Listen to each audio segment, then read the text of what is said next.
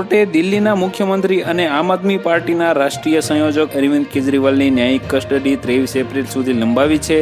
15 દિવસની ન્યાયિક કસ્ટડી પૂરી થયા બાદ આજે તિહાર જેલમાંથી વિડીયો કોન્ફરન્સિંગ દ્વારા તેનો રાઉઝ એવન્યુ કોર્ટમાં રજૂ કરવામાં આવ્યો હતો, જ્યાં કોર્ટે તેને જ્યુડિશિયલ કસ્ટડીમાં મોકલી આપ્યો હતો। સીએમ કેજરીવાલની 21 માર્ચે દિલ્હી એક્સાઇઝ પોલિસી કેસમાં ઈડી દ્વારા તેમના નિવાસસ્થાનેથી ધરપકડ કરવામાં આવી હતી। આ પછી કોર્ટે તેને 2 વખત ઈડી રિમાન્ડ પર મોકલ્યો હતો।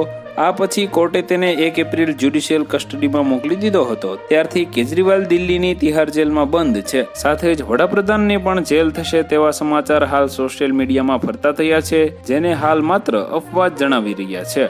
કેજરીવાલે 15 દિવસની ન્યાયિક કસ્ટડી પૂરી થયા બાદ આજે તિહાર જેલમાંથી વિડીયો કોન્ફરન્સિંગ દ્વારા તેને રાઉઝ એવન્યુ કોર્ટમાં રજૂ કરવામાં આવ્યો હતો। તો વધુ માહિતી મેળવવા માટે ચેનલ સાથે જોડાયેલા રહો। વિડીયો પસંદ આવે તો લાઈક કરી દેજો। ચેનલમાં નવા છો તો સબસ્ક્રાઇબ કરી દેજો।